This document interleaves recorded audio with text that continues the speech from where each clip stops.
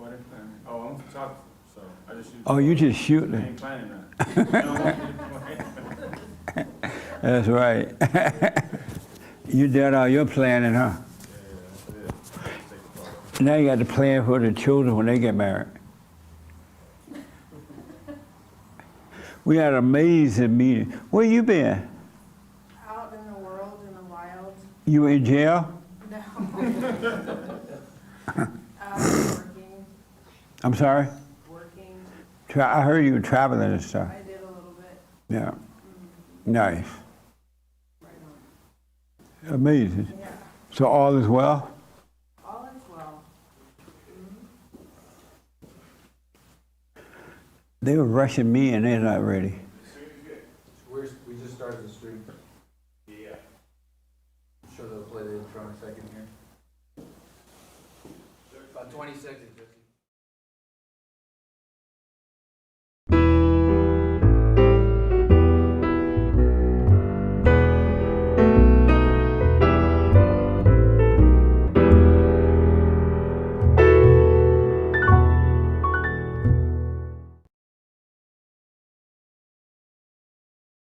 Oh, yeah? Amazing. Nice. Good morning. Welcome to the fellowship. I'm Jesse Lee Peterson. Thank you so much for being with me. You can get involved by going to our YouTube chat line, and Hake will take your questions and comments and pass them on to me accordingly. What else? Happy early Thanksgiving. All right. Good morning, y'all. Good morning. How's everybody? So we got a lot of stuff to cover today. There was one lady that wanted to discuss last Sunday's biblical question. She's not here, so I guess we can skip over that one, right? I'm sorry? Don't skip it. And what was it about? It was about the impression that we got. Oh, from our yeah. mothers. That was important. Who or what gave you the impression of your mother or grandmother? Yes. And who gave you were you raised by your mother or grandmother? Mother. Your mother. Mm-hmm. And what was your impression of her? Or is your impression? Was and is? I got my impression from her from the devil, basically. No, before you knew about the devil. I got it from her. You got it from her? Mm-hmm. Meaning what?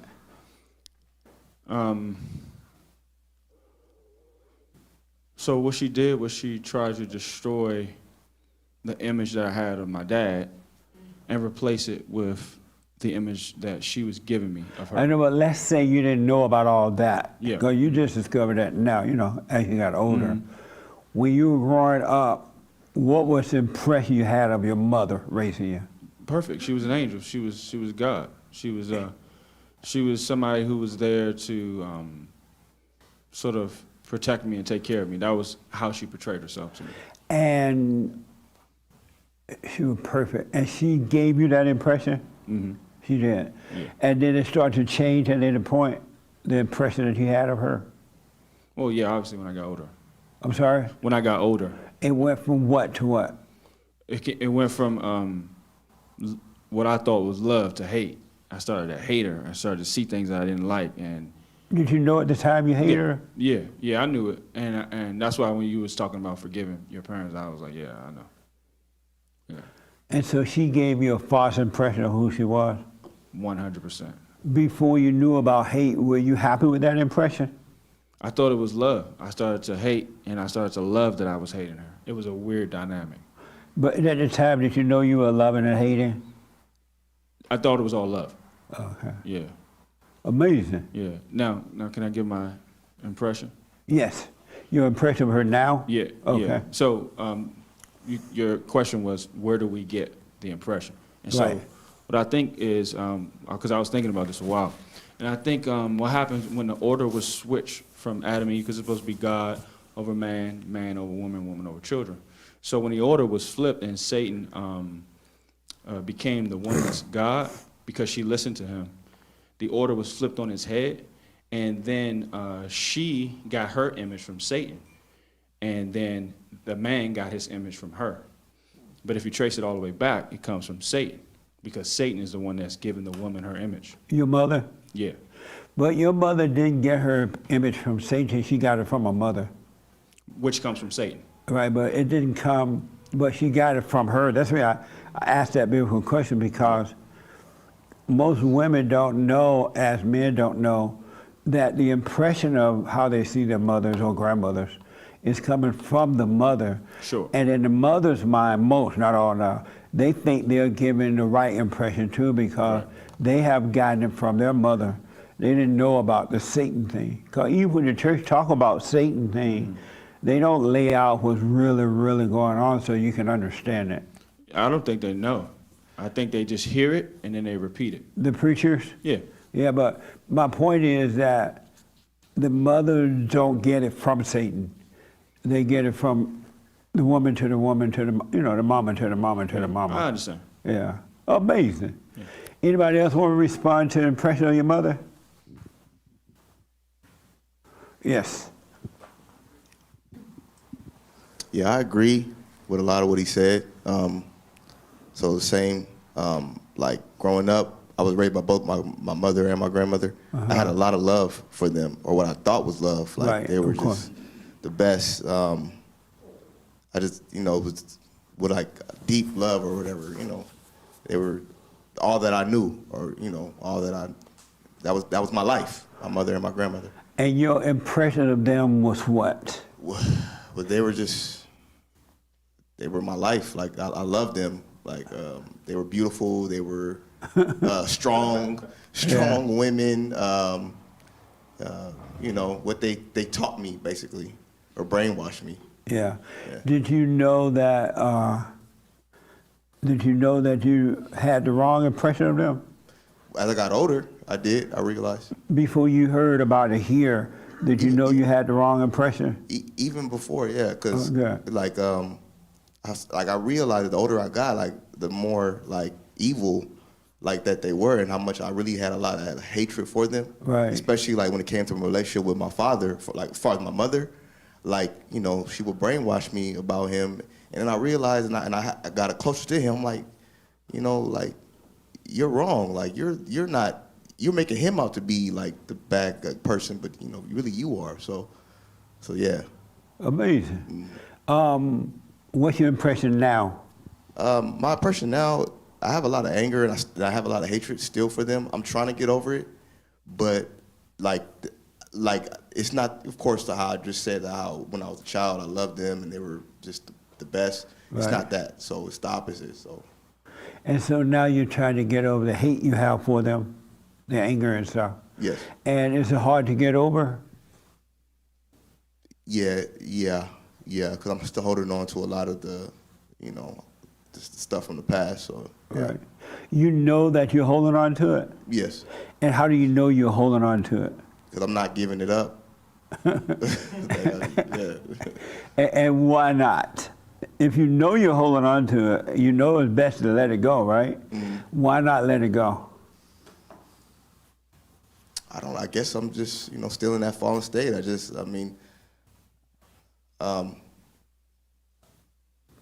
don't know. I just want to hold on to it. I don't see myself forever holding on to it, but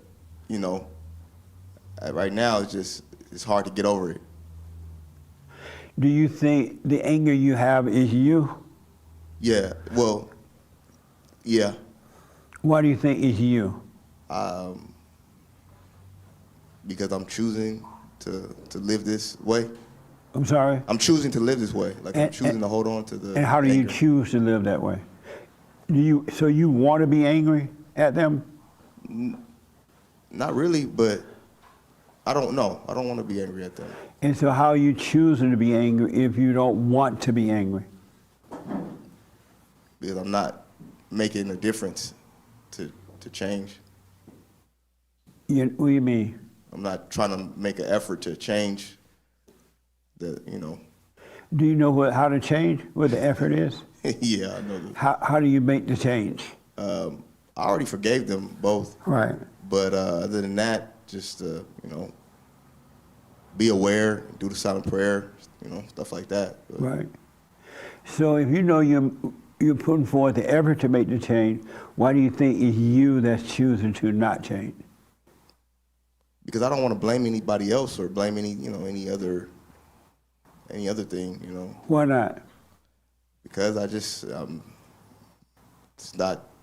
I don't think that's the right way. I mean, I used to blame everybody else but myself for my problems. So I feel like if I were to do that, then that would put me, back to blaming other people Oh, I instead see. of taking, accountability for it. So you're taking the blame for something you have no control over?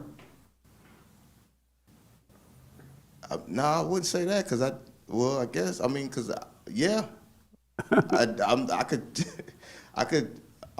I'm taking the blame even though I do have control over it. How you do have control? I'm lost now. You say you're taking the blame for something you want to let go, Yes. but you choose to hold on to, and you blame yourself for something you want to let go. Yes. Yeah. But why would you blame yourself for something that you want to let go of? Because it's my life. What's your life? Life that I'm living. Like I'm choosing to make these, I'm making these choices. So instead of me making better choices, I'm choosing to, So you're choosing my to help, be in a way. angry, you're choosing to be afraid, you're choosing to be lonely at times. You're choosing to be that way? yeah, when I'm aware sometimes, yeah. You Sometimes I'm have these aware. two choices in front of you. Yeah. There's one choice to say, oh, you could be at peace. And there's one choice that you could have anger or fear. You decide, I'd rather have the anger or the fear. When you put it that way, sometimes, because I'm not getting over it like with the past, and I should be getting over the past, but I'm not. So And that's why you think it's you? yes, This young man want to tell you how to get past it. What's your first name? Colin. Colin. Yeah. You're from Florida. It's your first time?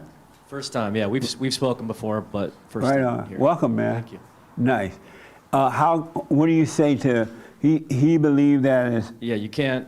it's do him, anything. Yeah. he's blaming himself, he can choose to be happy, but he doesn't, and on and on.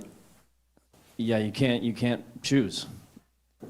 Is basically it. It just you have to watch the false self until it disappears. In my experience, there's nothing you can do. What do you think about that? There is no choice. In other words, What do you think about that?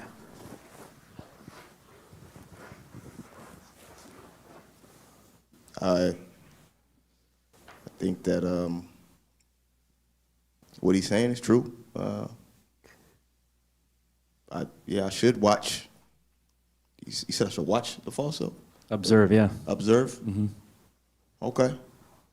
Yeah. I could agree with that. I mean, I don't really, I feel like I observe, but I just don't think about it, or maybe, I don't know. Does it make sense that you want to be at peace, but you don't because something else is making you do it, but you take that something else as you? It doesn't make sense, no. So why would you take it as you? Why would you say it's me?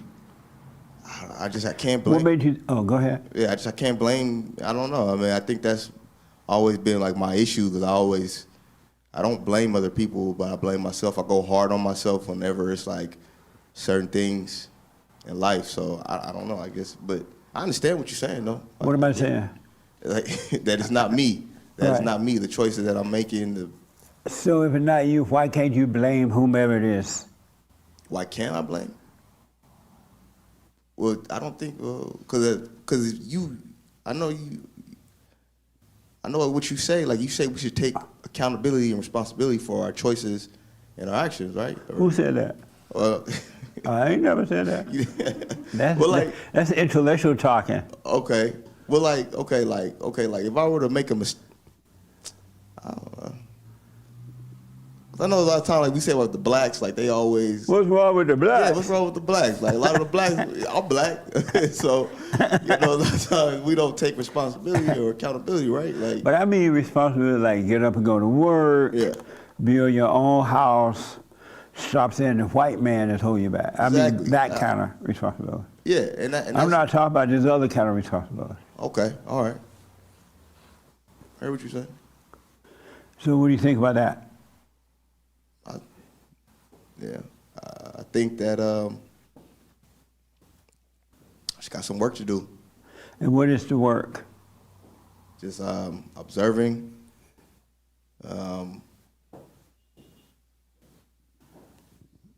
Yeah, observing myself and like getting out of my head, stuff like that.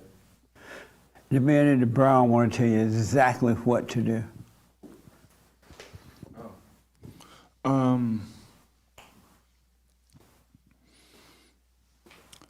I mean, I know you, so we've had a few talks.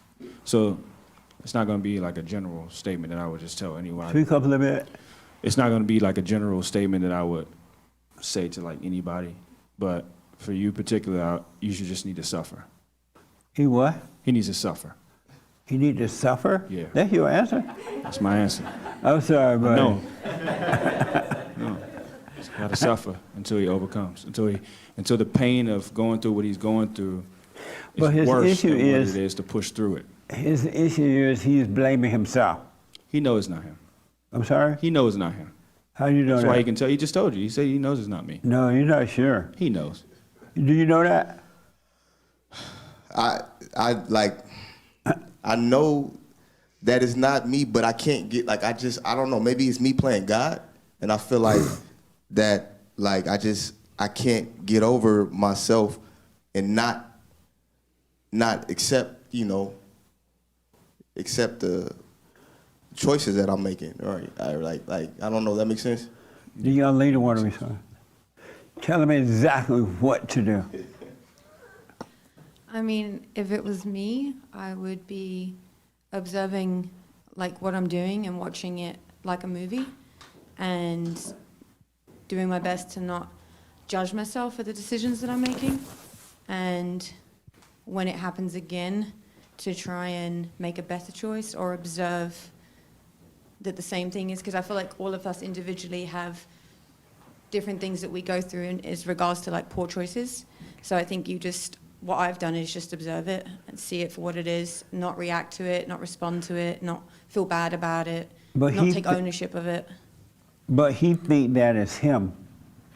He said, I cannot take responsibility. I mean, I got to take responsibility for this. I can't blame someone else. What do you say to that? Am I quoting that right? Yeah. Right. So He then said- he's identifying with it then. Right. Let's just say,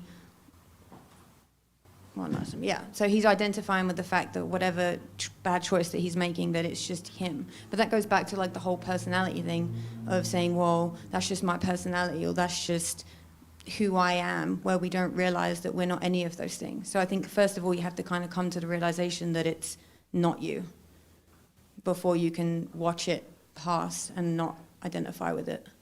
Does that help a little bit? Yeah, it helps. Yeah. So if that helped, and you know it's not you, why can't you say this is not me? You can't take responsibility for something that is not you. Yeah, I can't, but I mean, no, I will now. That after this You will what? discussion, I will look at it to where that it's not me. And you know how to do that? Not really. I mean, silent prayer or other than I think Yeah, I'm glad you're working on yourself and being honest, because that's how we can help you Yeah. if we understand how you're thinking and what's going on. Yeah. Yes. I think sometimes as well, I mean, I've experienced personally that we don't sometimes want to let go of what we're identifying with because we kind of secretly like it and love it. So I think until you want to let it go, like you have to choose to let it go, and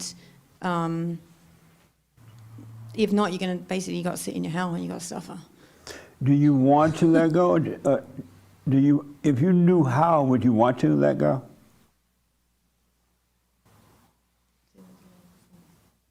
Yeah, I mean, I know how. And how? And I agree with what little bit what she was saying. All right. But How do you let go? I suffer like he suffer more, like he was saying. But I'm tired of suffering. But I don't want to suffer anymore. But Yeah. I'm trying to fight. But I guess I'm just I don't know, struggling with. The And what are you enjoyment. struggling with? I guess like enjoying it, enjoying being in hell. You enjoying struggling with hell? Yeah, like. And how do you know you're enjoying it? Like what she was saying, like sometimes we like it a little bit, and even sometimes I have thoughts that like I'm enjoying this hell that I'm putting myself through. But I mean that's why I'm here now, because I don't want to enjoy it anymore. And where does the thought come from that you're enjoying this? I think it's like a coping mechanism, like to cope with life. Where does the thought come from that tell you you're enjoying this? Like when I'm going through stuff, and it's like it's not gonna get better than this. You might as well just enjoy it, Look at the bright side, I guess. Well, I want you to know you're not enjoying it. How do I know? I'm telling you that you don't. Yeah. And the idea that you're loving your hell is coming from hell. And Satan is telling you, oh, you heard me say, oh, there are people who love their hell. They don't want to overcome it, right? And so Satan is telling you that. And it's not true, because if you didn't want to overcome it, if you love your hell, you would be trying to understand it. Yeah. You wouldn't be working on yourself. The people that love their hell are not working on themselves. They have accepted it. And if someone tells them that there's a way out, they don't want to hear it. But you don't love your hell, you're just not understanding how to overcome it yet. And so don't listen to that voice that tell you that you love your hell. If you love it, you would stay home and smoke a pot every day. You wouldn't be coming here to try to work on yourself. That's the devil tell you that. That's another lie. Yeah, I agree. So don't tell yourself you love your hell. You don't love it. Okay. That make sense? Yes, sir. Do y'all understand it? When you hear me say some people just love their hell, but you're trying to overcome it, that's not applying to you. That applies to the people that don't want to even hear about a way out. They don't want to hear that there's a better way. They love to complain. They love to tell people about their problems. They love this, but they're not doing anything about it. If you say, okay, here's a way out, they don't want to hear it. Those are the people that love the hell, not men like this or women that is working on it. They just try to understand it. That make clear? Is that clear to you? Yeah, it's clear. It's just, I don't want to keep coming here and having the same problem, But this is the hospital. You're supposed to. All right, you put it that way. I mean, You're supposed to keep going to the doctor until the doctor says you don't have to come back. Yes, sir. Right. Most of the time, doctors don't tell you don't have to come back. They keep you coming for the money. But here's what I want you to know is that it's not you at all. There's nothing for you to take responsibility for except to see that it's not you. The thoughts and the feelings and all that are not you. And so you gotta see that. And that's what's taking responsibility. It's not some physical person. It's the spirit of hell that made a home in you. All human beings are possessed, and it's that spirit of possession that is controlling you. And you can't take responsibility for that. Because if you do, you're agreeing with the devil. And when I say you need to take responsibility, I mean for practical things. Get up and go to work. Go to the market or fix your car or whatever, right? That makes sense? Yes, sir. But you can't take responsibility for the hell that's in you. Yeah. You need to see the hell so that you can overcome the hell by not identifying with it. That makes sense? Yeah, it makes sense. Any question about that? No, I appreciate it. Any question about that? Who else want to comment on where you get your identity from? The impression you have of your mother and grandmother. Yeah. What impression do you have of your mother? Were you raised by your mother or grandmother, or both? Both, yes. My And- mother worked, and my grandmother took care of us during the day. And then when my mom came home, we received hell. And so, Me, my sister, and I. and so, what impression did you have of your mother and grandmother? Growing up as a kid, what was your impression? My impression of them was based on how they acted. You know, my grandmother would always talk bad about my grandpa. And now that I'm older, But when you were a kid, when I was a kid, yeah, how did you see them? I just saw them as, you know, the guardians, the ones that took care of us. You just saw them as parents that was taking care of you? Yeah, she fed us after school, and she fed us before school and then after school. And you didn't see them as bad or good? As I got older, I noticed, you know, I'm talking about when you were younger. when I was younger, yeah, Did you see them as bad or good? my grandma was just the person who took care of us, me and my sister, before school and after school. Yeah, she would take us to school. And did you repeated yourself? Yeah. Did you see them as bad or good? As a child, No, as a child. as a child, As a child. I didn't see her as bad. No. Did you see them as good? Good, as in, well, yeah, good. I saw them as good because they took care of us, so that's So a good thing. when you were younger, you saw them as good Yes. because they took care of you. Yeah. And you got that impression from who? I mean, common sense. I You mean, got it from them or yourself? myself. Oh, okay. Yeah. So you made that impression up yourself based on what they were doing? Yeah, I mean, Oh, they okay. took care of me. I was fed, and it was nice. Yeah, they whooped me every now and then, but you know, that's just how it is, you know. Okay. Yeah. And how do you see them now? Well, my grandmother died. She did. Yeah, she did. Yeah. And your mother? How you see your mother? She's still alive. She hasn't changed much since I was a kid. She's been the same since I was a kid, and I've never liked the way she is. So how do you see her now? The same. And what's that? Well, I mean, someone who definitely needs to overcome anger. Oh, I got a baby. lot of wrath from her growing up. My dad, not as much, but he got a lot of wrath from her. So, but he never really took it out on us. Nice. Yeah. So. Before you realized what was going on, did you see your parents, your mother as good or bad?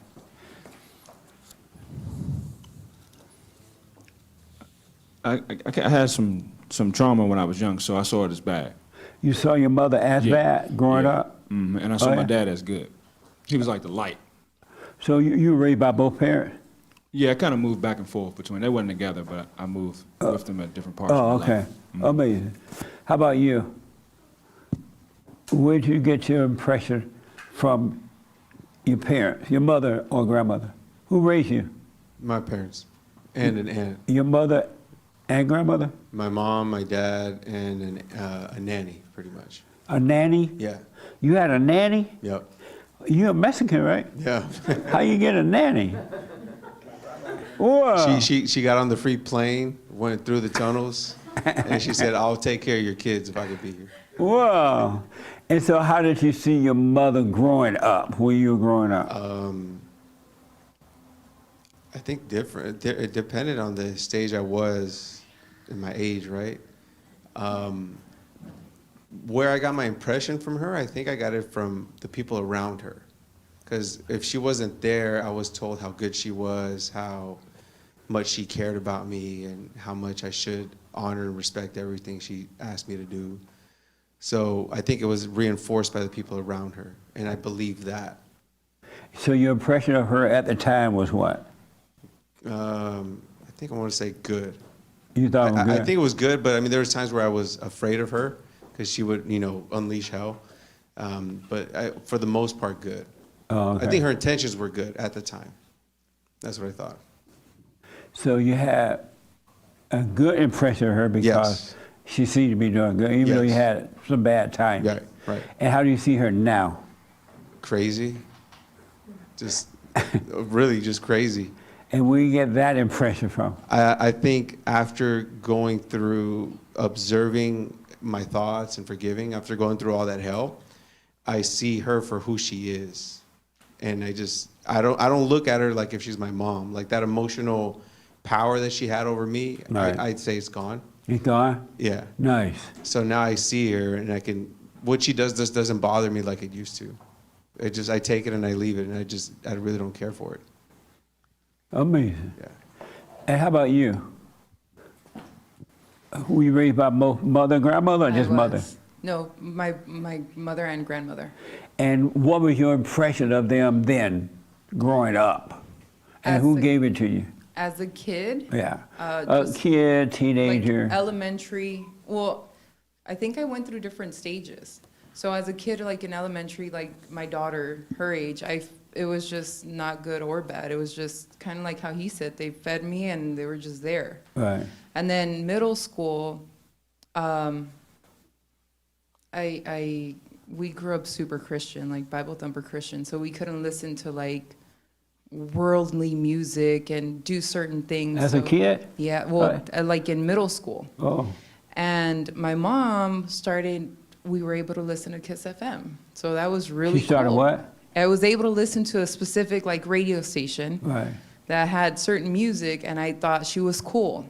So then my middle school age, I thought my mom was cool. My grandma was just kind of like in the back burner. And high school was something else. High school, I kind of began to see that my mom and my grandma were both crazy. And it was based off of their actions and not really what they would tell me, because they would tell me like, oh, your dad is this and your mom is good and your grandma's the best because now she's helping your mom. And so I never really took it. I got to see who my dad was, because I would still go visit my dad, and then I'd come home and see how crazy my mom and grandma were. And now as an adult, I see my mom as since she started listening to you, well, I've always seen her kind of like as a little lost soul that she needs help. Right. And my grandma's she's just sane as her daddy. So I feel like there's no coming back for her. But my mom, I see that she wants to change, and I've always seen it in her where she had, I guess, potential. Oh, you've always thought of your mother as a possibility of changing? Yeah. Really? Yeah, I did. Well, because my dad would like correct her a lot, and she would like, when she wasn't with her mom, she would listen to my dad. Oh, I see. But when my grandma would come around, she would act just like her mom. So there was some hope there, but I still just kind of like let it be, because I was the rebel or whatever, and I didn't really care what she said. So in closing on this, I got another question. How do your kids see you? Man, well, I have a teenage son. Right. And I don't know. I don't want to put words in his mouth, but I can for sure see that sometimes when we have to, not just me, because I gave up and I'm like, I'm not doing any of that, but when we sit down and correct She's him. pointed at her husband. My husband, yeah, Yeah. my husband. When we have to sit down and correct him, I can see that he can't stand me, and that's totally fine. And I tell him, I'm like, look, kid, I know there's lots of words that you're calling me in your head. As long as they're in your head, I'm okay with it. But the second it comes out of your mouth, like, that's a different thing. So I can see. What would you do if he? What would you do if he called you? What were you thinking out loud? I would probably laugh first, or I would try to hold it back, because I would think it's funny coming from him, and then I would maybe pop him in the head.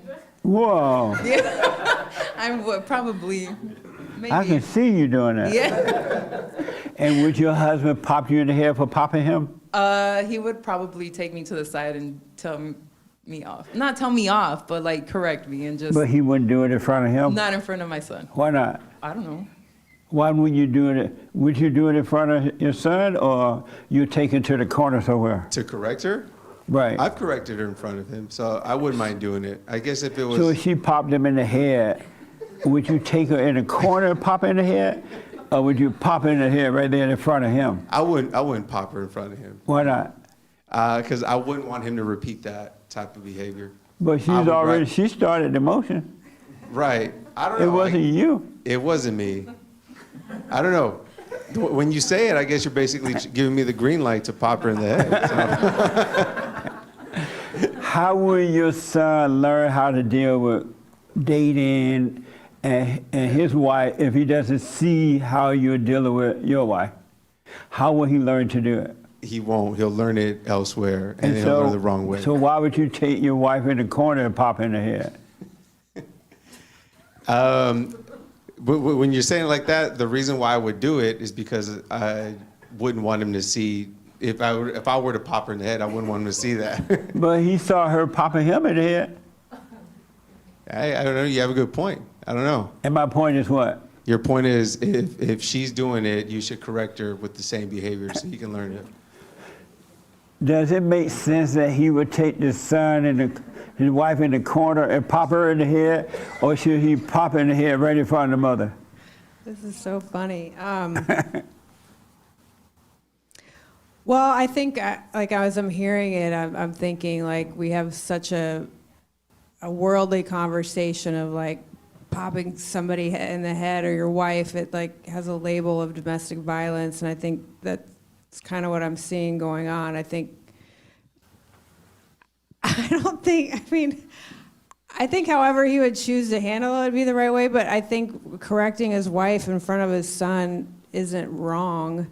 I think just generally speaking, like hitting people is not maybe the first knee-jerk reaction, you know? So if he's seeing his wife pop his son in the head, right. Are you saying he should take her in the corner and pop her? Or No, should he pop her? I don't think he should pop her at all. I think he could just be like, hey. He shouldn't pop her at all? No, I mean, this is like so funny to me. What? I don't think it's a necessary correction just because his wife popped her son in the head that he should just pop his wife in the head. Like, I don't think it needs to be like that. I think he could just say like, yo, cut it out. You know but that's not what the mother said to him. So funny. I mean, I don't, I just have a cartoon in my head of like everybody's arms swinging around, popping each other in the head. I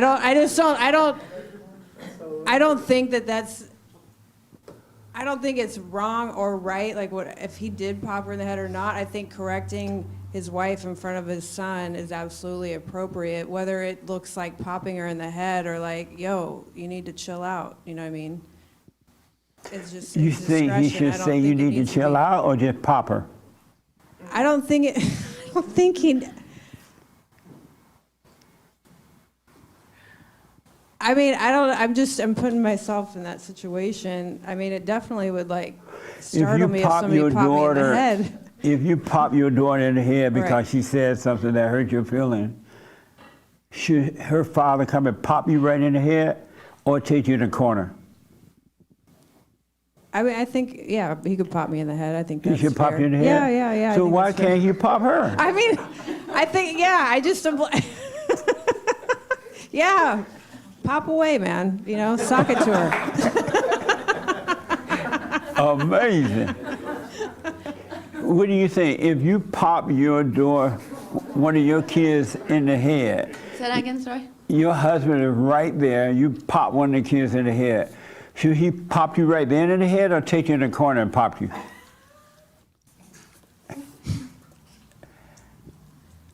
So I think I know better than to pop one of my kids in the head because I already see his arm. We're doing coming. an if one on that. So what now? I said I already know better to pop one of my kids because I already see his arm coming. And so should he pop you right then or take you in the corner and pop you? Are you asking me? See, It depends if you're asking me now, like where I'm at in my overcoming state, or to where I was, a year ago. My answers would be different. If you should pop one of your kids in the head, your husband sitting right there, should he pop you in the head or take you in the corner? Okay, so this is the finance question. I'm trying to answer this the right way, correct way. What are you saying? I can't hear you. You like, who you talking to, the devil?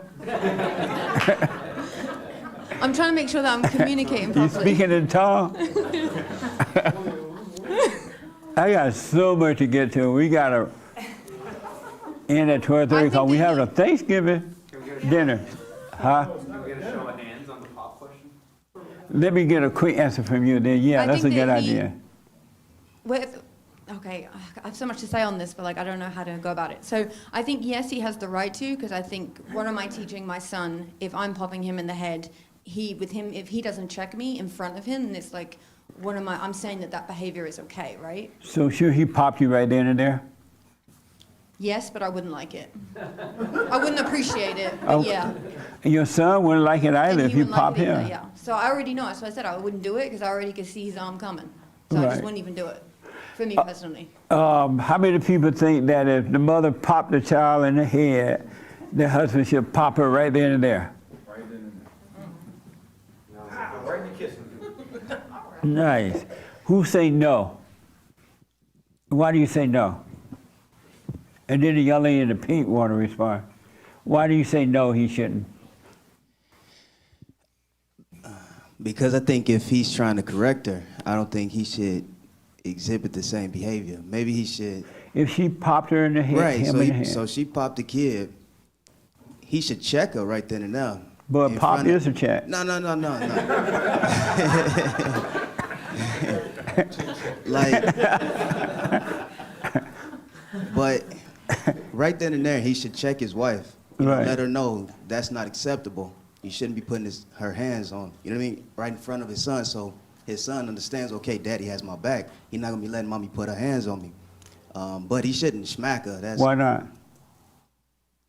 That's crazy. Why would you?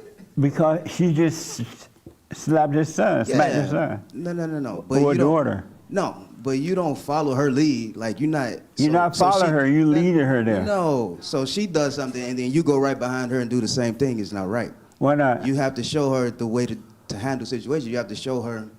You have to stay you and handle the situation the way it needs to be handled. But how will she learn if she doesn't feel the pain that her son just felt? Also, the kid sees you. Hold on a minute, hold on.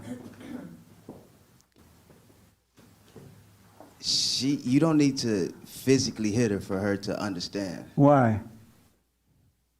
That's what she thought about the son? But that doesn't mean it was right. And why you say that?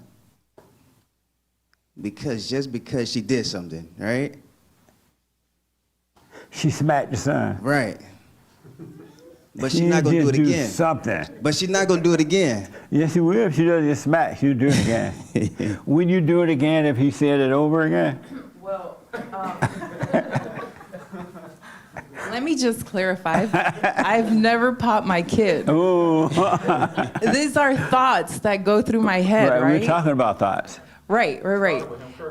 Right. So these are just thoughts, because I usually, if anything like that goes down, he goes to dad before he comes to me. Right. So these are just thoughts that I just threw out there, right? Because I can see when he looks at me and he's probably like, you little...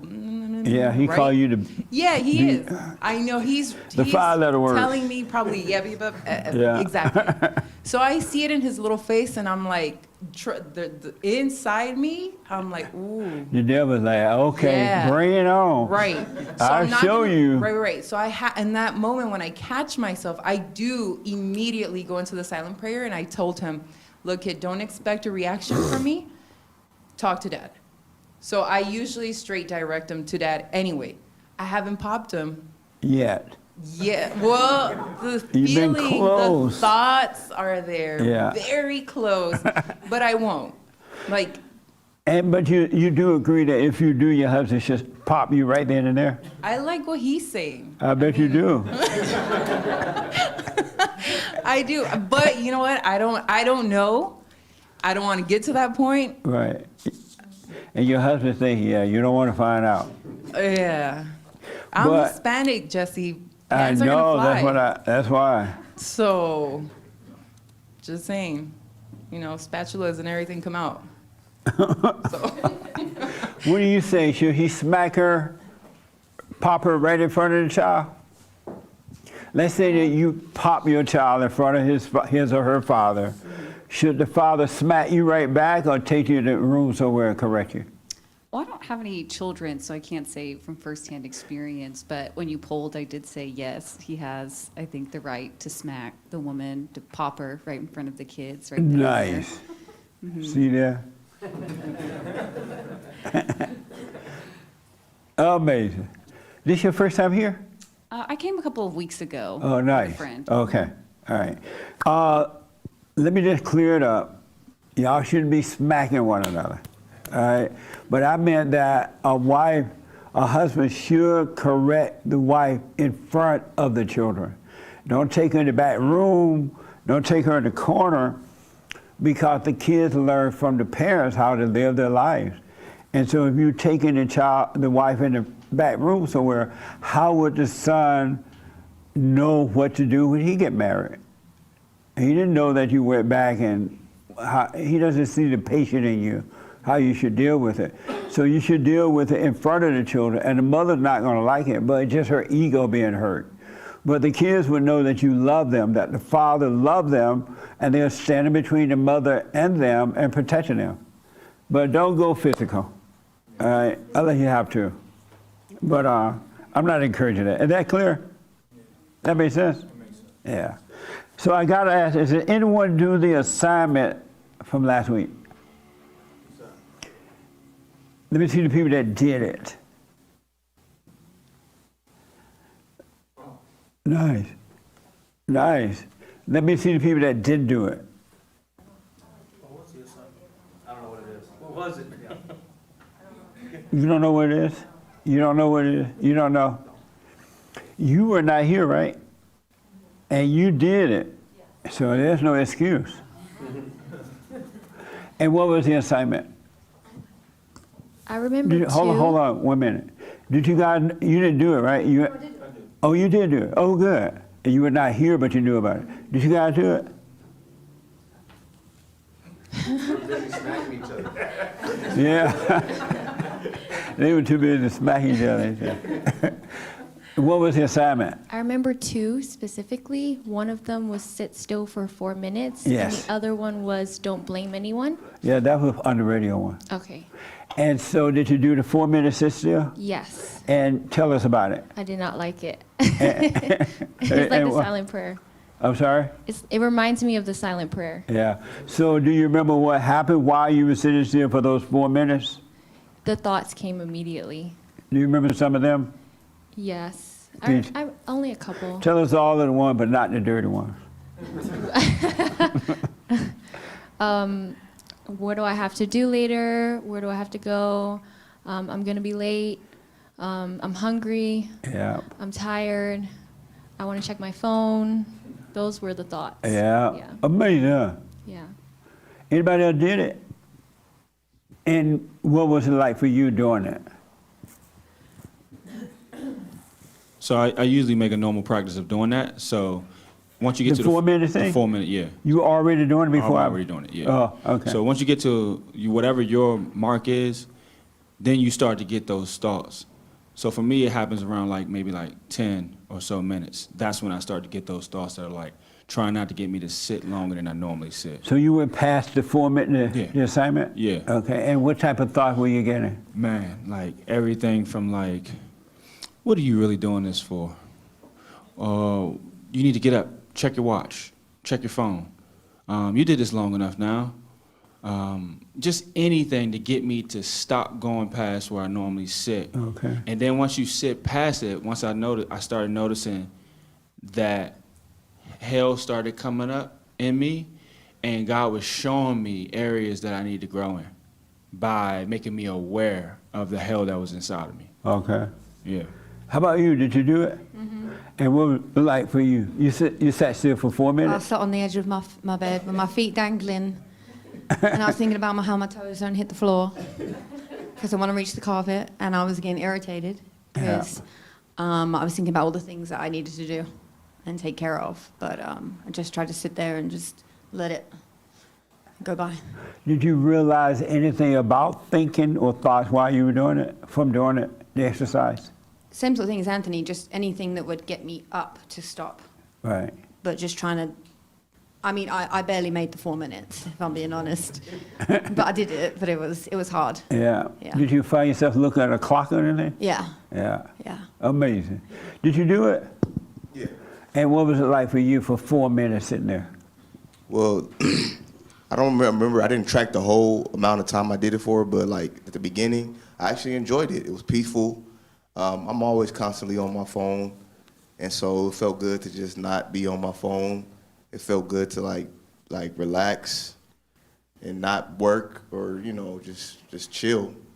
And so it was peaceful. But then I don't know, however many minutes went by, then the thoughts came, anxiety came.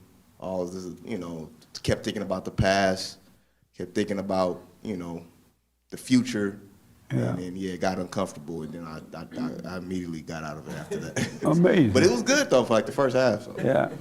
Did you do a shot? And then over here. I mean, yeah, I've been doing the silent prayer regularly for a while now, so But 4 minutes. Did you do the 4 minutes? I mean, I did it for longer than 4 minutes. I'm But sorry? I did. Can you hear me? I did No, it I for can't. I did it for longer than four minutes. But you did the assignment. Yeah. And was the assignment just 4 minutes or longer? It was just 4 minutes. And what was it like for those 4 minutes? I mean, it just was as it usually is. It's very, very peaceful and nice and quiet. Did you get any thoughts within those 4 minutes? Yeah, definitely. And do you remember what they were, or any of them? Honestly, some of them recently have been so like negative and bizarre. Like I wouldn't even want to say it here. Yeah. It's insane. Like some of them are insane. Okay. Okay, go to Hake. Did you do it? Yeah. For the 4 minutes? Yeah. Okay. Well, yeah, no, I mean, I've been trying to watch thoughts and all that, and the thoughts came, of course, and and it's like, get up, and what I gotta do, but once you follow those, the thoughts turn into who I am, and it's thoughts about who I am and what I desire and what's my purpose. And I don't really want to say, but I basically, Yeah, don't say them. I can imagine. I caught a thought that I've been having, but I caught it this time, and it unraveled all the previous times I ever had it. And did you sit for 4 minutes? Yeah. Okay. All right. Did you do a Hake for 4 minutes? Yeah. And so you sat for 4 minutes? Well, yeah. I didn't time it either, but yeah, I did. And why didn't you time it? Because I don't know how to do that. What? You don't know how to tell when 4 minutes are up? Right. I mean, I roughly knew. And what was it like for you for 4 minutes? Like the other man said, I'm usually busy on my phone or thinking, planning, scheming, and so it was peaceful not to do that. Did you get thoughts in those 4 minutes? Yeah, after like 30 seconds or a minute, or maybe 10 seconds, I started thinking about my different cares, different things that are concerning to me right now. Yeah. And trying to scheme through those. And did you stop at 4 minutes? No, I don't think that I'm pretty sure I went past 4 minutes. Oh, okay. Yeah. Amazing. Who did it over here? Okay, right here. Let's go from the back to the front. You did it for 4 minutes? Yes. I'm sorry? Yes. And what was it like for you for 4 minutes? I didn't have a lot of emotions about it because I do the silent prayer for quite a long time every morning and every night. But the thoughts are there, and it can be anything from, because I did it quite a lot of times, and it's just, are you getting fired? So within maybe these you are 4 getting minutes, fired. you saw that thought? I mean, it varies, like, depending on what I have done the night before and how good my sleep was. I felt the quality of those 4 minutes was very different every time I did it. So, yeah, sometimes it was just more peaceful, and it could be just a little bit more of an itch of, oh, I'm a bit bored. But sometimes it was more, are you getting fired? Did you really forgive your mother? Yeah, more extreme and dramatic. And so did you stop at 4 minutes? Around, yeah, like 2 times I did 4 minutes, and then the rest was maybe like just 10 minutes. Okay. Because I don't have a car, so I also, every time I'm in the Uber, I'm trying not to look at my phone, just sit and watch what happens. Oh, okay. Interesting. Every time I order my coffee, just practicing a lot, just not to pick up my phone and just use that practice constantly, and then you start to realize how, like, yeah, how your Right. thoughts are constantly just judging or trying to judge your environment, or wanting you to make certain decisions or feel something about whatever it could be. Okay. Did you do it? Yeah. For 4 minutes? Longer. Okay. Just on the mic, you did it? Yes. For 4 minutes? Longer than 4 minutes. And what was it like doing it? It was real chill for me. It was real what? Chill. Did you have thoughts? I did have thoughts, You but did? they weren't thoughts that were connected to emotions. It was more like just sitting there, enjoying the peace, enjoying the quietness, listening to what was going on around me. So you have peaceful thoughts? Yeah. What's a peaceful thought? Well, just like listening to the birds, listening to the sounds, the traffic. It wasn't, I don't know, it was not a lot going on. So It was relaxing. I felt relaxed. And I but in enjoyed that 4 minutes and longer, you didn't have any thought. You were just relaxed. I probably had thoughts, but they were so insignificant that I don't remember them. Maybe thoughts like, oh, something, a thought might pop up like something that I seen in a movie that was funny or something like that. But you don't remember any of the thought you had doing that? Yeah, because it Okay. wasn't anything deep or that was emotionally connected to, like no anxiety or anything like that. Okay. And you say you did it Yes. for 4 minutes? Yes, I did it every day. For 4 minutes? 4, maybe 5 one time. I'm sorry? Maybe one time 5 minutes. But you did it for 4 minutes? Yes. And then one time 5 minutes? At least one time. I'm sorry? At least. Speak up a little bit so I can hear. Yes, at least 4 minutes. And I hate to be rushing, but the time is going by, we got to eat. We got some good old pies. Wow. But go ahead. No, I did it when I was I really like to do it. I remember to do it because if I was stressed in the middle of the day, so I stopped everything and I just concentrated and looked at my thought. And did you have thoughts? I had thoughts. Do you remember what the thoughts? I remember what should I do with myself. And then I was thinking what should I look at, or describing what I'm thinking, and but I remember it was really a great experience, and I'm going Okay. to do it every day, I think. All right. And you say you did it for 4 minutes? Yes. Did you go longer than that or just 4 minutes? No, I did it for 4 minutes. Okay. And what type of thoughts you had? So immediately, as soon as I started, I was bombarded by thoughts. I was just like, as soon as I started, I'm like, man, do I really want to do it right now? This is about to take too long. I'm gonna do the silent prayer later. I don't really got to do it right now. And I'm like, and then I started thinking about my ex-wife, and it was horrible 4 minutes. But you know, the alarm eventually went off, and I'm like, yeah, good. And it was horrible. I didn't like it. You didn't like it? No. You didn't like the 4 minutes? Didn't like it. Okay. So you didn't go over? No. Nice. Did you do it, Frankie? I did. And for 4 minutes? I didn't time it. You did not time it? I did not. So how you know you did it then? I did it. I just did it.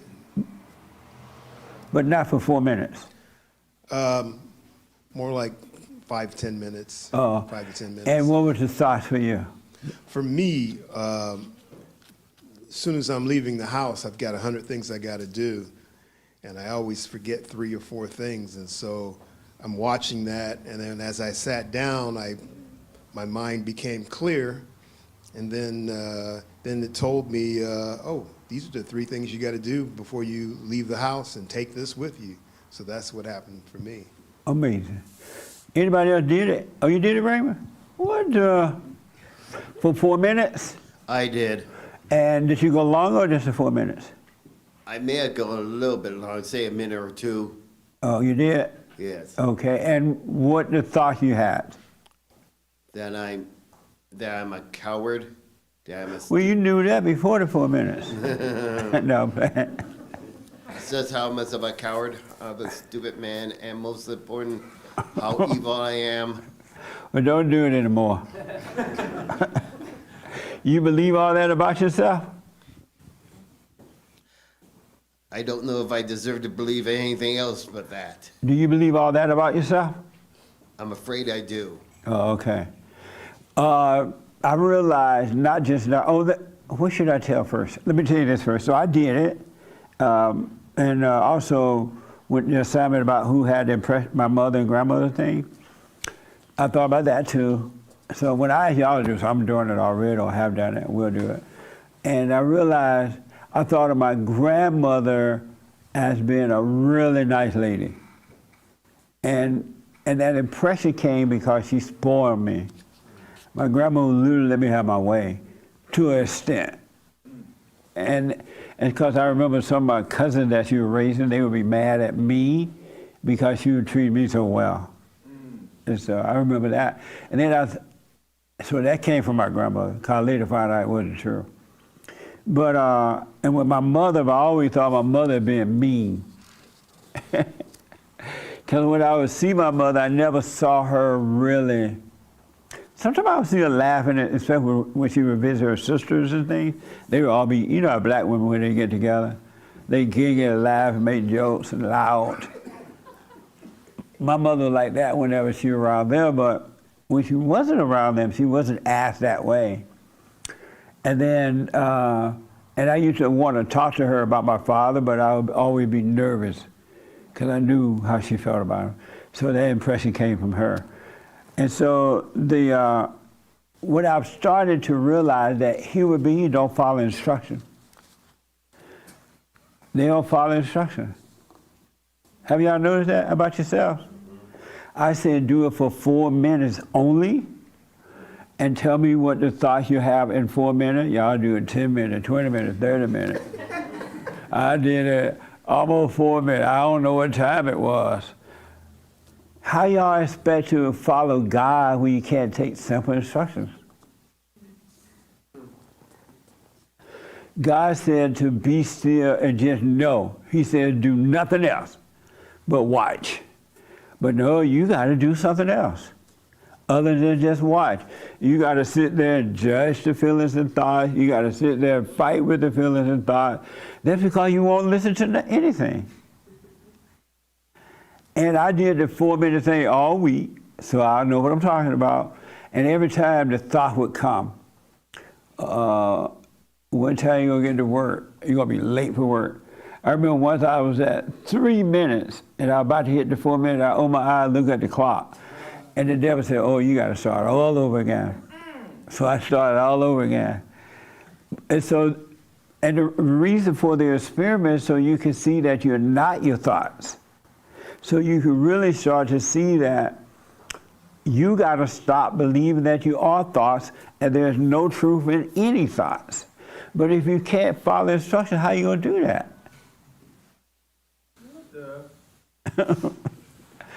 I'm out here all this, y'all give me all this holy stuff. What you're trying to do is sound good and look good. And that's the thing you need to be overcoming. You don't want to sound good, not look good. You don't want to sound holy, not look holy. You don't want any identity. And to sit in here and out there and put on the acts or just acts, and they're holy you in hell. You're just picking up another identity. That makes sense a little bit? Y'all, can you follow simple? 4 minutes was all I asked for. I didn't ask for 20 minutes. I didn't ask for an hour. I didn't ask for your regular prayer time. I just said, hey, sit 4 minutes in a room and let me know what you see. I'll come right back to you, but I want this young lady to comment on that, what I just said. I agree with you. I feel like a lot of times people want to impress, and even me, I'm like, I don't know, I just think it's pretty ridiculous. Like, who are you trying to impress? Why? Like, what's the point of it? So I totally agree with you when you say, like, oh, you try to make yourself sound like this or sound like that. And yeah. I mean, that is it, and the devil telling you, oh, you need to add a little bit more to it. You need to say this about it. Yep. If just to ask you, what impression did you have of your mama? You need to say it was from Satan. You ain't know nothing about Satan when you got your impression of your mama. Yeah. The devil's still telling you to put on an act. It's just like Bible thumpers and everything else. Stop listening to the devil so you stop being anything and just be you. You don't want to look holy? Well, you do, but that's fake. Yeah. And people can tell when you're being fake. And then they'll get mad at you for trying to help them because they see that you're being fake. Right? That makes sense? Oh, it makes perfect sense. Absolutely. Yeah. So listen to those thoughts. They make you do that so you can look all good, but you're not looking good. Yeah. What do you think about what I just said and then here? I agree with you. Yeah. Do you find that happening with you at times? Somebody say, hey. If I really knew that the instructions were 4 minutes, I would have done it. I kind of assume sometimes that, like, oh, he's just telling people to do it because they won't do it. But I'm doing it for an hour, so it doesn't matter. You should be doing that already anyway. But I asked for 4 minutes, and the devil told you all that. Yeah. The devil said, well, God doesn't really mean to stay conscious all the time. God doesn't really mean to stay present. He doesn't really mean you sit still and let go. That's the devil giving you all that extra added stuff, and you listen to his voice. Can I ask a quick question? Yes. So when the ego dies, you still have thoughts? No. So isn't your ego dead? No. It's not? It's dying. I'm aware of it. Okay. That's me. I told you to do the 4 minutes to help you guys become even more aware about thought. And the beauty is, though, it's weak, and I no longer identify with it. And so when I said do the 4 minutes, hopefully that will encourage you to see in 4 minutes how you were overwhelmed with thoughts. Just in 4 minutes, before you can sit down, the devil's already busy. So you can see that it's not you, and then the thoughts get weaker and weaker, and you becoming freer and freer and freer, and then eventually it'll be gone. That makes sense? Totally. And that's why the thoughts told you that, oh, he doesn't really mean 4 minutes. You know, he mean this. Is this helping a little bit? Anybody disagree? Oh, you had any other question about that? No. Yeah. And the devil, oh, I got a question for you. A good question because of what you just asked. The devil told you Jesse doesn't have any thoughts. No. The devil tell you Jesse doesn't have any ego. I've heard things you've said, and I made an assumption. And who made that assumption for you? My head. And who is in your head? The devil. Yes. Yes. Never, ever, ever, ever, ever assume. Working on your life is a lifetime. It's just that as you work on it, you're getting more to who you really are and less association with the non-life, the fake life. And life becoming easier to live. That makes sense? Stop assuming. You hear people speak wisely in this room, the devil tell you, oh, that person's smarter than you. You're like way behind. That's a setup. Now you got to compete with the person, and you'll come back next Sunday sounding all smart.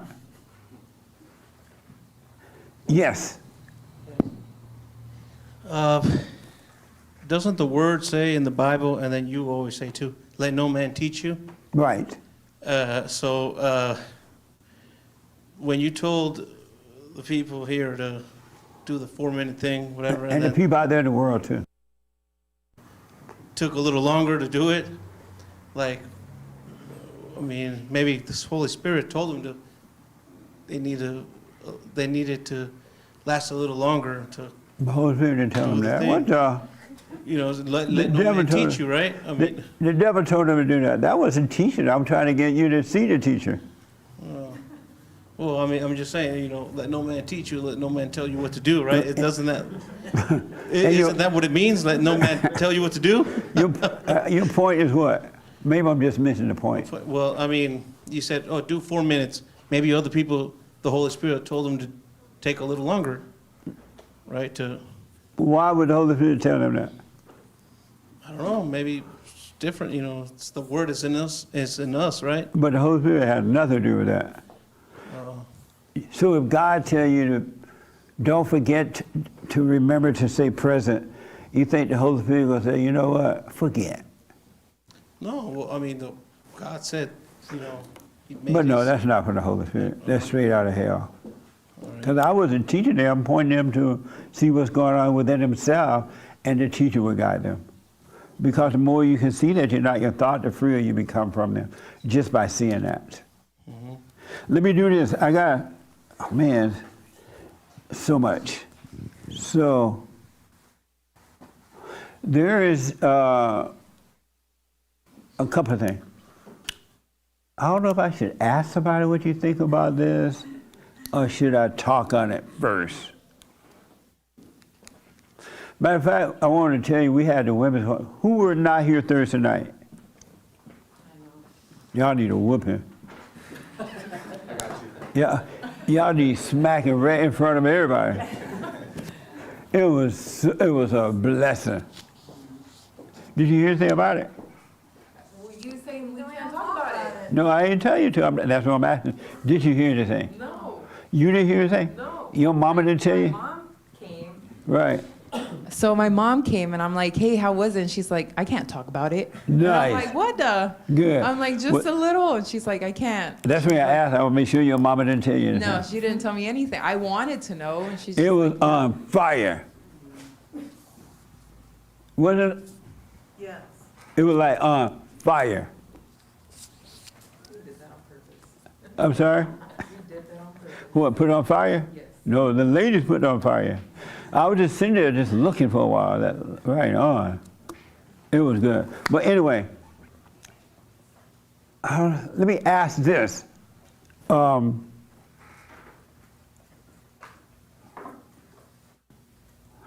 do you think about the war that's happening right now with the Palestine and the Jews? Who want to comment on it? No, I don't want the radicals.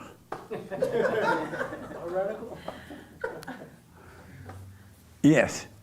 Raymond, no, you're a radical too. It's so confusing that I just have no idea what to believe or think is kind of where I'm at with it. It's kind of what? It's so confusing. There's so much information and opinions and stuff we don't know. It's hard to really form an opinion about what is actually happening. Oh, okay. Yeah, that's how I feel about it. What do you think about it? I saw your hand. And then Raymond. Yes, I think the current situation in Israel and for the last, half of the 20th century up until now, the main problem in that region of the world is religion.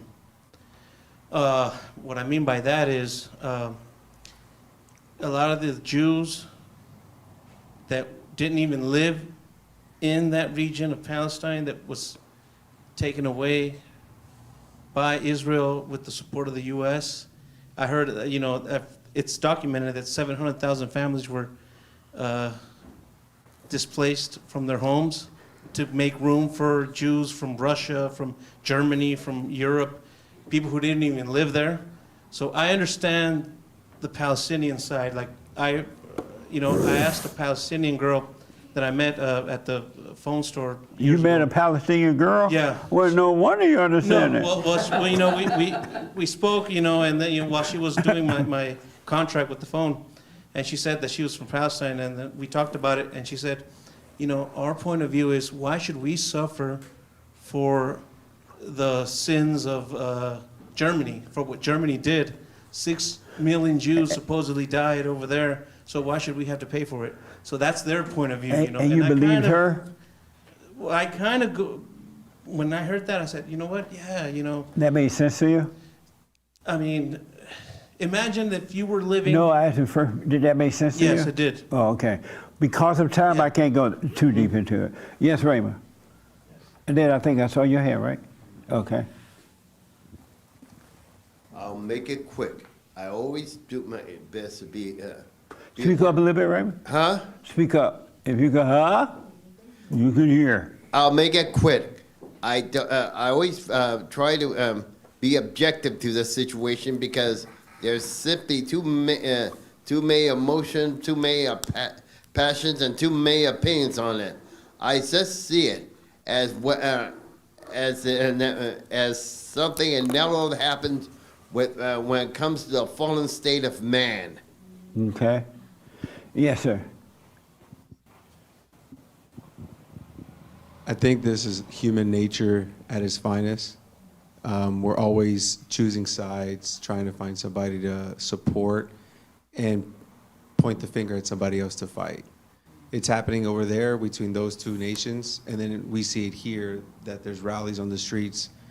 This is America. That has nothing to do with us. Okay. I think it's unfortunate that human nature has to go that far. But then again, I feel like we've been there since the dawn of time. It's always been that way. Okay. The lady in black. Lady in red. Is dancing with me. I've been having a lot of conversations, just asking questions, and I really don't understand anything because anytime I try to understand one side, someone adds some new piece of information that goes back even further in history that explains some kind of action that someone did. So, I mean, yeah, I don't really have anything to say about it more than observing it and really observe that that is the own battle that I'm fighting in my own head. Oh, okay. And let me ask it, and what? No, just that, and okay. And I could be on either of those sides and fighting that war because that all exists within us, right? And, okay. Yeah. Let me ask another white woman and then a Jew. What do you think about the war between Palestine and Israel right now? I don't think I have no opinion. That's a period. Okay. The end. All right. Let me ask a Jew. I love the Jews. I love you, Jew. The Jews love you. On behalf of. What do you think about the war between Palestine and Israel? I have many thoughts about the war. But one thought is very interesting, just is not related. The name Palestine starts with the letter P, okay? And in Arabic, they don't pronounce the letter P. It tells you about the foundation about the name is tell not me from about Arabic. right now I'm just asking because of time, what do you think about the war between the two? I have a lot of thoughts. It's now a lot of... But just give me one, I can't take them all. So in Israel, there's a lot of a civil, so-called war between Israelis. There's a lot of fight between Israelis because right now the attack is on Gaza, and from all the sides we protect ourselves, and there is a lot of fight between Israelis. And what does it have to do with Palestine? Because I'm asking, what do you think about the war between Palestine and Israel? Yes.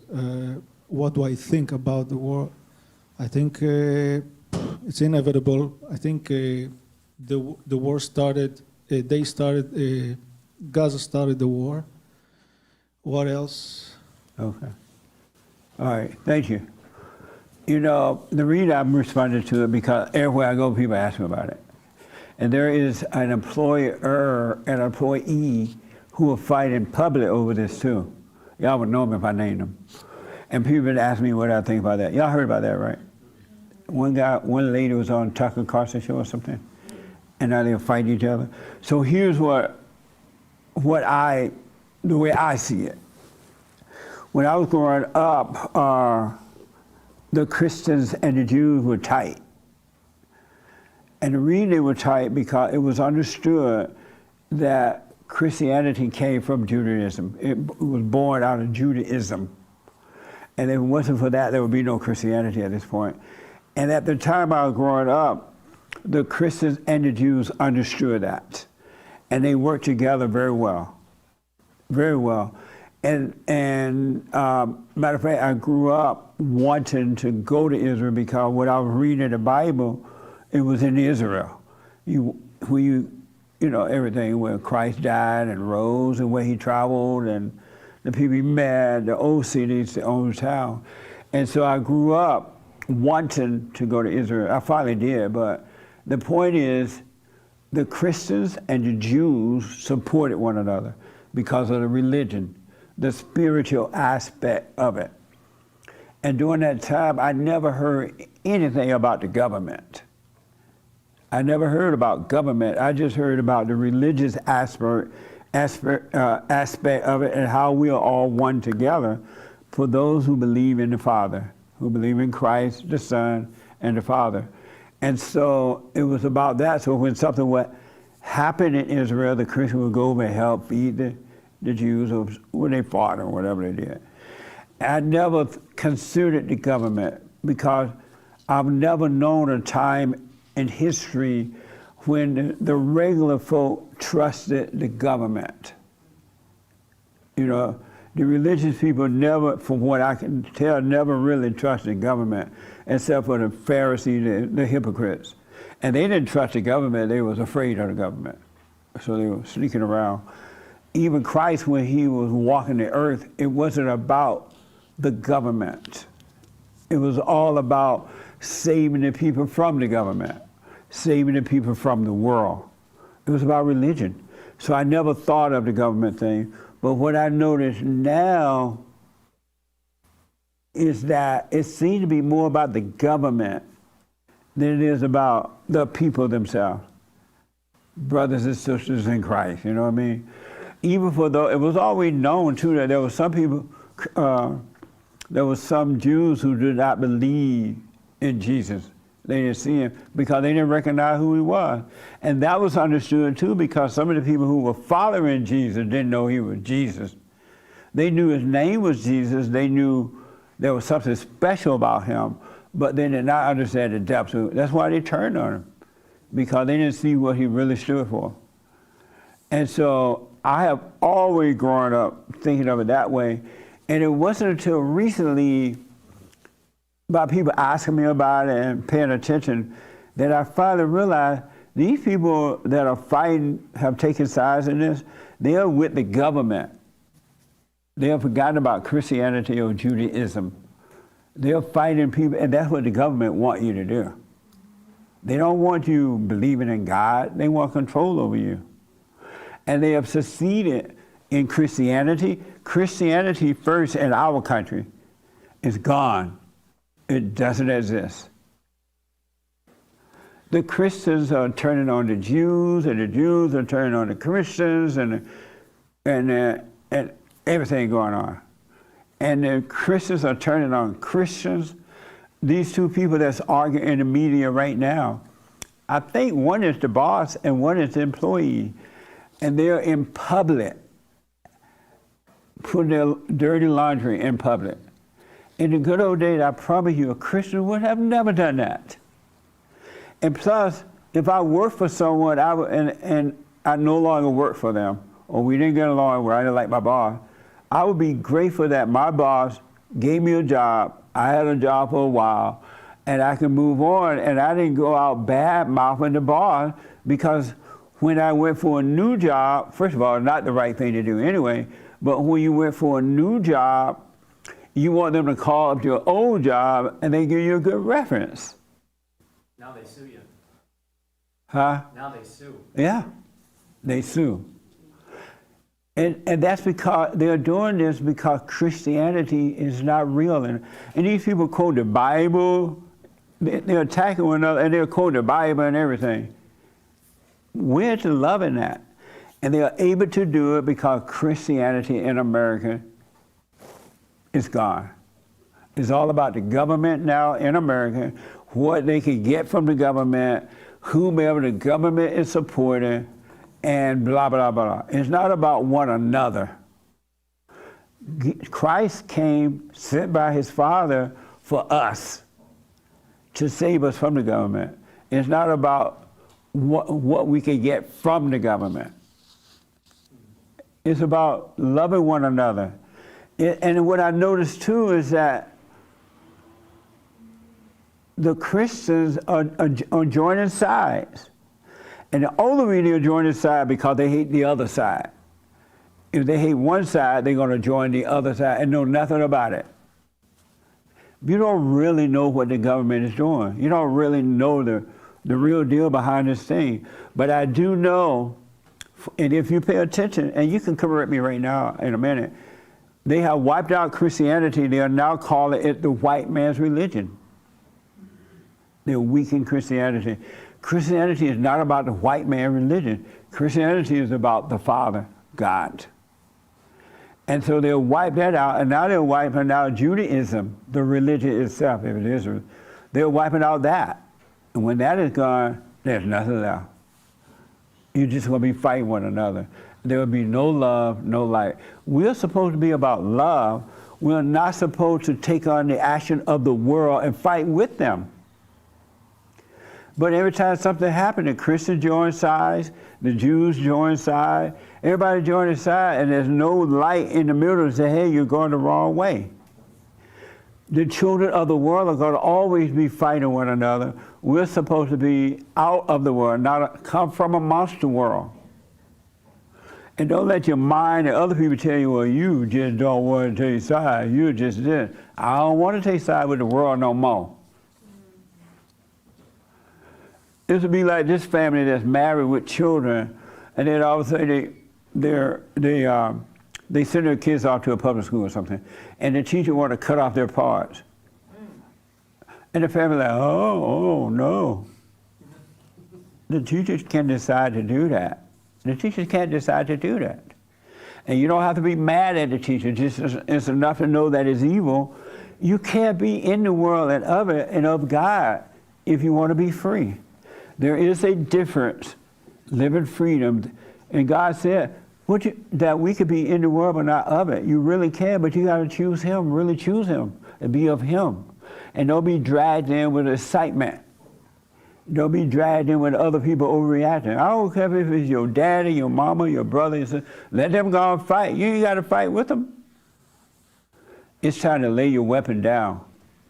The world is hell itself. And if you out there fighting with the world, you are hell. You have no peace. Just think about this, folks. They have wiped out Christianity. They have wiped out Judaism. There's nothing left.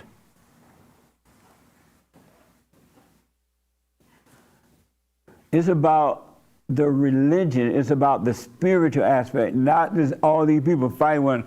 And I know over in Israel, the Jews are fighting one another just like the Americans are fighting one another. And they call themselves liberals and conservatives.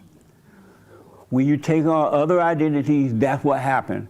Now you got to fight for your identity. You got to prove the conservatives are better than the liberals, and the liberals got to prove they're better than the conservatives. It's a fight. Why be amongst the fight? Let go of all identities. And if they say, oh, you just don't want to fight because you're scared of the Jews. I ain't scared of no Jew. I'll have nothing to fight with them about. And if I work for someone, me and my boss fall out, I'm not going to go out and badmouth my boss. I'm going to be grateful I had a job. And then God will open up better opportunities for you. He really will, because you showed appreciation for that. What do you think will happen? You turned against God because somebody said God was a Jew. And now you hate the Jews. People fight over what color was Christ. Who cares about his color? It's about the spirit. So you got to be real, real careful. And then the world is so wicked and clever that they throw in, well, there were children who heads were cut off and kidnapped and massacred, something like that, right? Y'all heard that, right? And then they expect you now to really take side. Oh my God, that's terrible.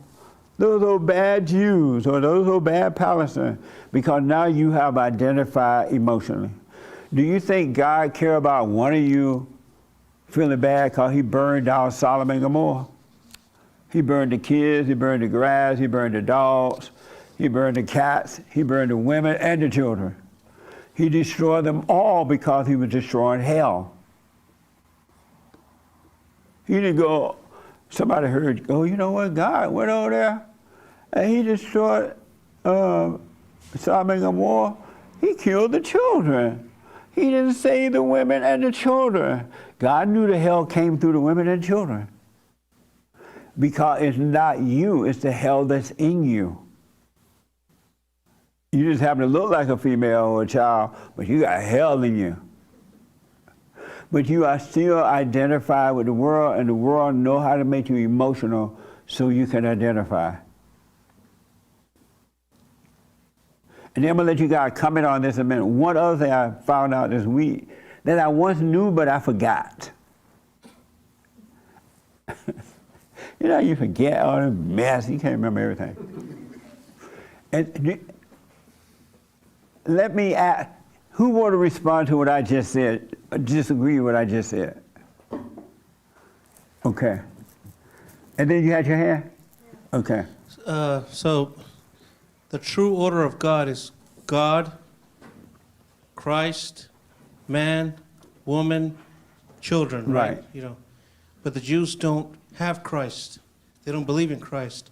So they're not following the order of God. So I mean, how is that, how are we, as a Christian, how can you support another group that doesn't believe in the Christ, in Christ? Amazing. I love that statement. I heard it so much, it made me dizzy. It made my hair grow into an afro. The young man in the brown want to respond, and then Hake want to respond. Yes. Radical. That was a radical statement you just made. Now, so his question is, how do you support it if they don't have the order of Christ? He said they don't believe in Christ. How do you support the Jews knowing they don't believe in Christ? Well, you don't have to necessarily support just blanketed anything that someone does just because of their identity. But what you do is you walk in love and you treat people the same. So that's when your love will show out of that, instead of just having an identity. Or I do this with the blacks, or I just do this with the Jews and with the Asians. So you just walk in love with all people. Hey, you want to respond to that? Sure. And then I'll take your comment, but we want to get this cleared up because I hear it a lot. Yeah, you love them anyway. I mean, you're supposed to. Most of us Christians don't even believe in Christ, really. And when we do, it's fake. It's maybe even worse than outright being denigrating to Christ, to be honest. That statement, with all due respect, because I heard something, is one of the dumbest statements I ever heard. Ever since I've been on this side of heaven. How do you love the Jews? They don't believe in Christ. How did it come out your head? Christ came for all that will receive him, and there were some Jews who received him.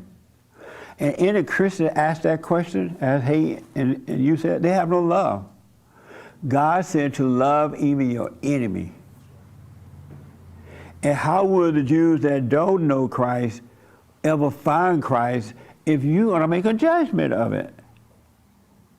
And where is the love in that? Christ loved you and you ain't no good. But he loved you. Just think about that. Christ sent his son, and his son was a Jew, and we ain't no Jew. and his son suffered for us all. What would you think the son would have said, the father would have said to him? Well, Father, why are you sending me down there for them? They ain't no Jew. Those ain't no Jew. Those are Muslims and Catholics and heathens, and God would have smacked Christ. You love all, it ain't based on nothing about them. It's about you. Because you represent the Father, and the Father is love, and you're supposed to be the light of the earth so that the darkness, the ones that are in the darkness, can find their way. I even hear other people say, well, the Jew, we got to go after the Jew because they didn't like Christ. That's so dumb to me. How you say stuff like that and call yourself a Christian? Who are you that you have a right to dislike somebody because they want to accept Christ? Do you think Christ cared that he wasn't accepted by them? Whomever rejected him? Christ and God doesn't give that. This morning, hold on, what they had cafe mocha, and they went and had the egg bites today. They haven't thought one time who liked them or who don't like whom. They don't care about that. Why should you care? It's your job as children of the Father to love them. It's not their job to love you or me. That makes sense? Yes, sir. Yeah, so isn't that the same as saying, oh, all these migrants are coming over for a better life? You know, let them do, you know. So what I'm trying to say is like the comparison, this country supposedly we're a Christian nation, right? It doesn't seem like it, but we are a Christian nation in theory, right? No, we're not. We're not? Well, why does in our money it says, in God we trust? Because that's what we was. We were, at one point, right? Right. Okay, but we're fighting for Israel, for the Jews. We're not fighting it for the Christians. Like, so, I mean, how is that, you know, we're fighting the Muslims to protect the Jews, but the Jews aren't protecting us. So how? I don't even understand what you just said. Like, at one time, maybe you don't know. At one time. Yeah. Now again, the government is all involved, so it's a mess. Yeah, it's political. Right. Yeah. So we're that part now. But at one time, when Jews and Christians loved one another, Israel was known as our allies over there. You know, they'll look out for us, and we'll look out for them. Now, all this other mess that got involved has happened over time because the government has got, I don't know, we got to have lunch. The government's involved. So I don't want to get into all that. Yeah. My point is that we should love one another as children of the Father. All right? Yeah. So I don't want to get into next week or next time or whatever. Yeah, because you get all that mess. Yes, ma'am. I don't remember why I raised my hand. Oh, you don't? Well, should we love the Jews and the Jews love us? And should it matter if they believe in Christ or not? I don't even know how a Christian can make that statement. I don't think that was the original thing I raised my hand on. Oh, okay. But you forgot. I think I just, my little 2 cents, as you would say, is that what I've seen in almost this last year of coming here and really examining myself, like, it really just does come down to that. Yep. Period. Because I have been known by others and by myself to be heavily opinionated, heavily invested. I love to research, and I will show you why I'm right. But even knowing that part about myself, or not even that, let me just rephrase that. Even me knowing certain information that could even validate me being right, the more I watch myself, it doesn't even matter. And from a distance, when I'm looking at a lot of things that are thrown up on the wall to have an opinion about, I've noticed, like, it's very easy from afar to just have an opinion. But when I'm out in the world and I'm next to people, I am constantly around people that don't see like I see, they Yeah. don't think like I think, they don't look how I look. And I noticed that really just being quiet and listening to them talk, like I'm able to have a conversation with people that is just, it's just really fascinating, and I don't have to try to love anybody. That's right. Do you know what I mean? That's like I'm right. just listening and having a conversation, and I've been really amazed at how like conversations can twist and turn, and things that I've said that haven't even offended somebody, where up on the wall it's every arrow is saying like you guys should be fighting or this and that, because I think at the core of it, the spirit that Okay, God has cut it. All right, peace out. You see me in a hurry, she go, oh, no, I'm sorry I called on you now. No, I'm playing. Yeah, that's right. But, yes, Raymond, real fast, because we're supposed to be done already. We got to eat. I'll make this quick. I always pray that I take people, humanity, one person at a time, because that is all I can do. You what? To take humankind, one individual at a time. Oh.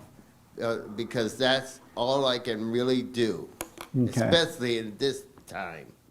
Let me tell you this in closing with this, because so much to be said. Children of the Father, you're not supposed to be taking side with the world. You're not supposed, you can't do it. Not if you're representing the light. You cannot take side with the world. You can watch and see what, and the world is hell now. You can watch and see what's going on out there in the world, but you're supposed to be the light. You can't keep joining forces with the darkness because they make it exciting. It look like fighting is good, but you don't want to fight with the devil. Those are devils fighting with devils. It's enough for you to stop fighting with the devil in your own self. Work on you, and God got you. And you will get to this point where you will not be pulled into these things. It just won't be a part of your nature. I was talking to Francisco yesterday, and he was like, man, I hope to be quoting right. It was so amazing now. I realized I don't have to take sides. I just don't take sides anymore. I don't identify with it. And that's what's going to happen to you. When you of the Father, when you're perfect love, you're not going to take sides. Whether it's with family members fighting each other, relations, husband, wife, boyfriend, girl, you're not going to take sides because that's them fighting. It has nothing to do with you. And they're going to love you for it because they're going to see a little way to try to come out of it. But if you're in the darkness with them fighting and calling yourself love, how is that going to help? The world is fighting. That makes sense? Last word. What do you think about what I just said? It's going to bring up a whole bunch of other stuff because I disagree with that. That you disagree with what? That's okay, though. That's okay. No, real fast. You disagree with what part of what I said? This idea that we don't take, I understand the spiritual principle and that you don't pick and choose the sides, but if somebody comes to my house and I have to take a side of my family. And so the same but thing. we were talking about your own private house, Yeah, your but that family. happens, hold on, let me talk. That happens in your neighborhood, that extends to your city and your country. So if somebody comes and attack our country, we're going to take a side. But if it's two other people that don't have nothing to do with us, then you don't take a side. But when Satan comes to your door, you take a side. But what did that have to do with you when they went to those people's houses and took their children and wives? Because those children, there's Israelites that live in our country. And so they're taking the side to want their people to be defended. But you don't know exactly what's going on. You don't know the whole detail. You don't know why that really happened. But that shouldn't stop you from seeing evil and speaking against it or standing up But how against can you see it? It's enough to see that it's wrong, but Yeah. how can you take sides, though? I understand what you were saying about the spiritual principle of not taking sides, but when evil is stepping in front of your door and you can protect yourself or your family. But you're making it personal. It didn't step in front of my door or your door, right? Yeah, but if you have We that talk about- mentality, then evil going to be able to grow. If you have what mentality? It's hard for me to describe. If you have what mentality? Relax, have- and if you have then the we're men- going to eat. If you We're going to have have to the spend a little bit mentality, more time eating. if So let me ask this, just to understand. Did it happen to you? no, Did it happen to your family? no, Did it happen in your country? that's what I'm saying. See, this Did is it the happen in your problem. country? No, It happened to somebody else in another country, right? yes, And so did you take sides? no. I didn't take sides. I understand what you mean by that. Oh, you didn't take sides? No. So what are you defending right now? Right now, I'm just saying that if you allow evil to fester and grow, then you're going to have to deal with that evil at some point. And if you can see it growing in other nations and you watching what are happening there, you have to be able to prepare yourself and see that you have to defend yourself against that evil, because it's not just going to stop at their door. It's coming at your door at some point. But I don't understand the point you're making. Sean, That's what I'm what saying. point is he making? Oh, Nick. Do you think he's saying not to do that? Do you think Jesse's saying that you can't defend? Like That we it should sounds like you defend guys are talking ourselves about at two different home? things. I'm just saying Jesse is saying that don't take sides, don't take sides. Right. And it's real easy to go onto the opposite extreme of that, where you're just like, oh, I'm just not going to think about anything and just pretend like this world.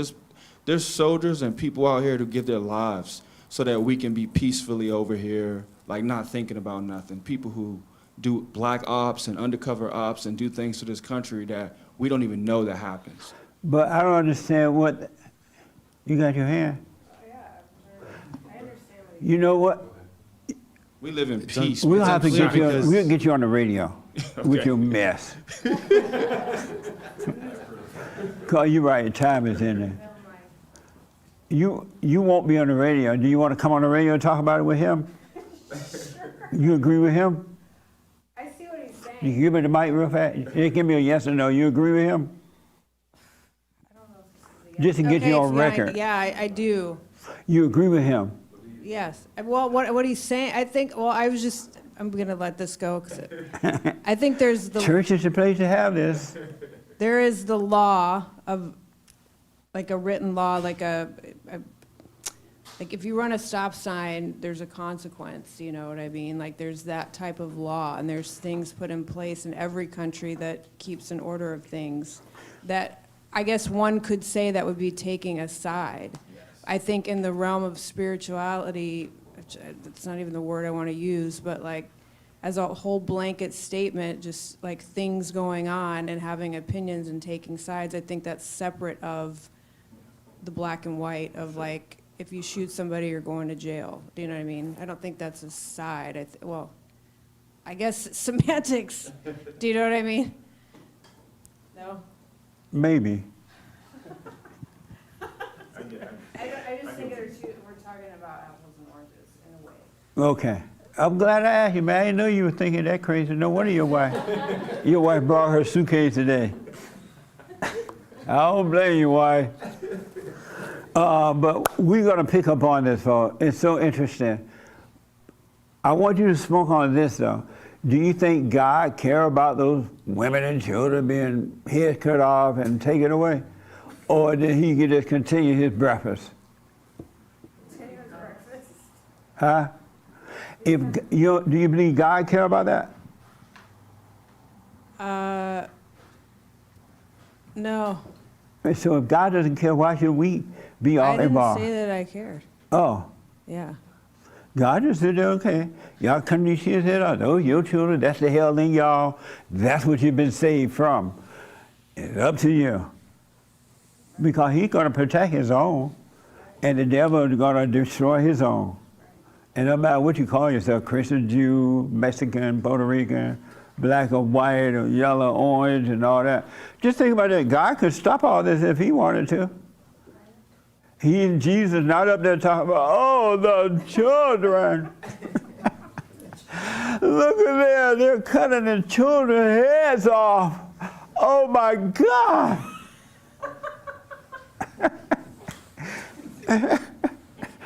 Do you think God cares one thought about that? No more statements. Yeah, that's right. That's right, we gotta eat. That's right.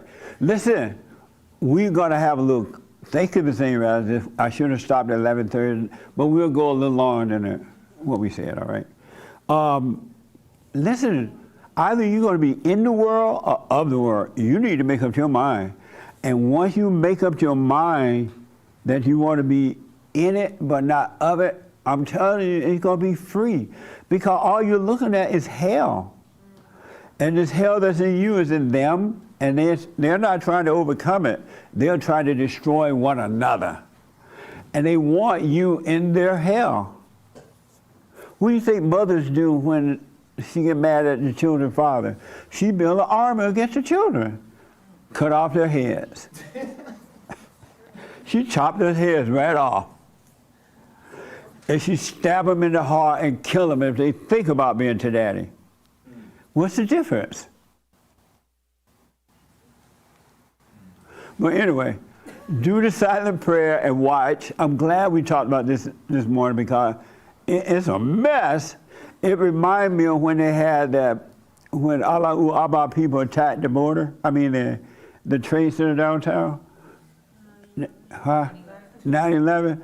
And everybody was overreacting, just overreacting. And everybody joined. They're like, oh, this brought the world together.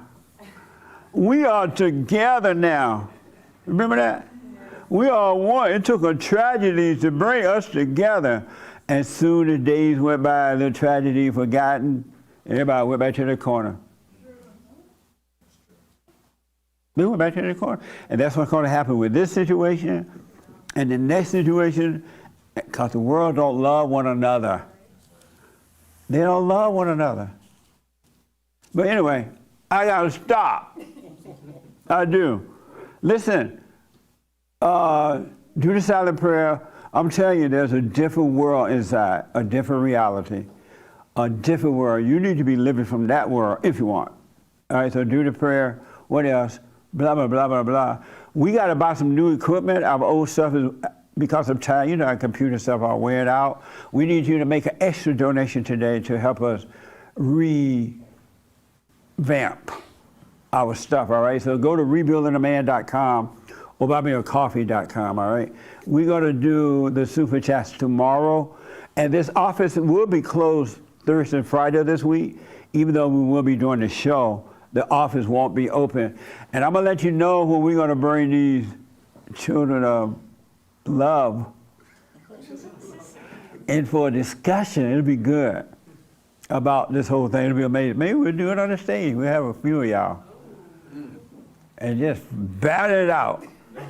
All right, so help us support to get our equipment updated. I do appreciate it. Do the prayer. And thank you all for tuning in. Happy Thanksgiving, all right? Happy, thank you all. What a mess!